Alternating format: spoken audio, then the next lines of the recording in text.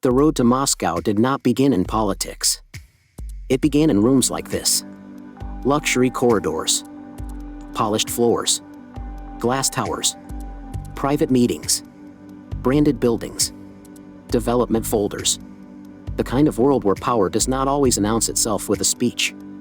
Sometimes it arrives with a project, a tower, a partner, a name on the door. And that is what Chapter 12 is about. Not a smoking gun. Not a cartoon conspiracy. Not one neat file that explains everything. This chapter is about exposure. Real estate exposure. Business exposure.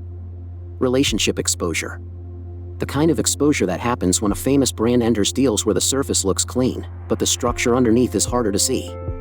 Because before the campaign became the story, before the dossier became the battlefield, before every Russia question became a political war, there was an older corridor. A real estate corridor.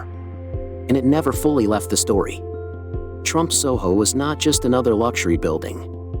It was a symbol of the world Donald Trump knew best: licensing, branding, promotion, status, and other people's capital.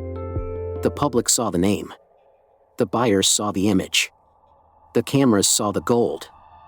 But behind a branded real estate project, there are always layers. Developers, financiers, intermediaries, sales pressure, foreign buyers, legal structures, people who bring money, people who bring access, people who bring risk. And that is where Bayrock enters the story. Bayrock was not a campaign committee. It was not a political operation. It was a real estate development company. But in this series, we have learned something important. Not every corridor into a political crisis starts inside politics. Some corridors start in business. Some start with reputation. Some start with the people who are already close enough to walk through the door. Felix Sater is one of those figures. A real estate operator. A Bayrock figure. A man with a criminal past. A man who later became known in the public record in reporting as someone tied to Trump-related real estate efforts and later Moscow ambitions. That does not mean every deal proves a crime. That does not mean every handshake proves a plot. But it does mean the old business world mattered. Because access matters. Proximity matters. Repeated relationships matter. And when the same kinds of figures keep appearing near the same kinds of projects, the question is no longer just, was there one conspiracy? The better question is, what kind of exposure had already been built? That is the trap people fall into with this story. They want the Russia story to be one thing. One meeting. One file. One email. One verdict. But real influence does not always work that way. Sometimes it works through a pattern. A business pattern. A money pattern. A branding pattern. A corridor pattern. You build a name that attracts capital. You license that name to projects. You rely on partners to make the deals happen. You distance yourself when the project becomes uncomfortable. But the relationships do not vanish just because the marketing brochure changes. That is why Trump SoHo matters. Not because it proves everything. Because it shows the world underneath the brand. It shows how luxury real estate can become a meeting place for money, ambition, access, and risk. It shows how a public image can sit on top of private structures most voters never see. And it shows why the later Moscow project did not appear out of nowhere. When Trump Tower Moscow came back into the story during the 2016 campaign, it did not arrive as a strange new foreign policy idea. It arrived through the same world: developers, intermediaries, branding, luxury towers, private promises, and the belief that the Trump name could still be turned into a Moscow deal. That is the bridge. The road to Moscow was not built in one election season. It was paved over years. Through real estate. Through branding. Through partners. Through the idea that a name could open doors other people could not open. And that is why this chapter has to be careful.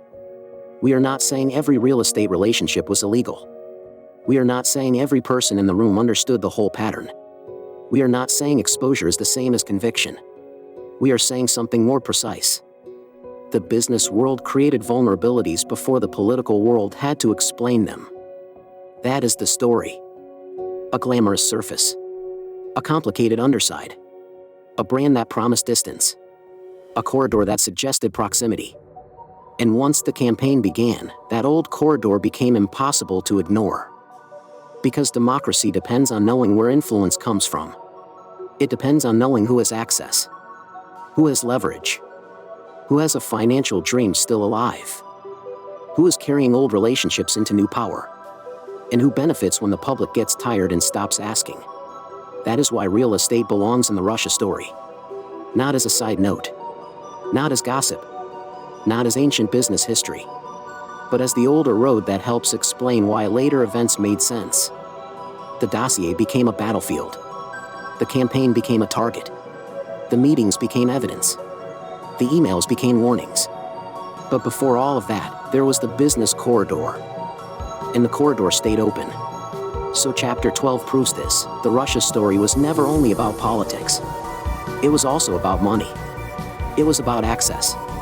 It was about branding. It was about the hidden structures behind the gold surface. And it was about a world where the road to Moscow did not have to be invented. It was already there. Next, we follow that road closer. From old real estate exposure to the Moscow project itself. Big hugs. Big Dave. Canada is watching net. And so is the world. 1K in videos for your approval. Slava Ukraine. Support democracy today by supporting Ukraine at United 24 Media. Link in description. Subscribe now for our deep dives into the judiciary. Don't miss our next chapter. Stay informed.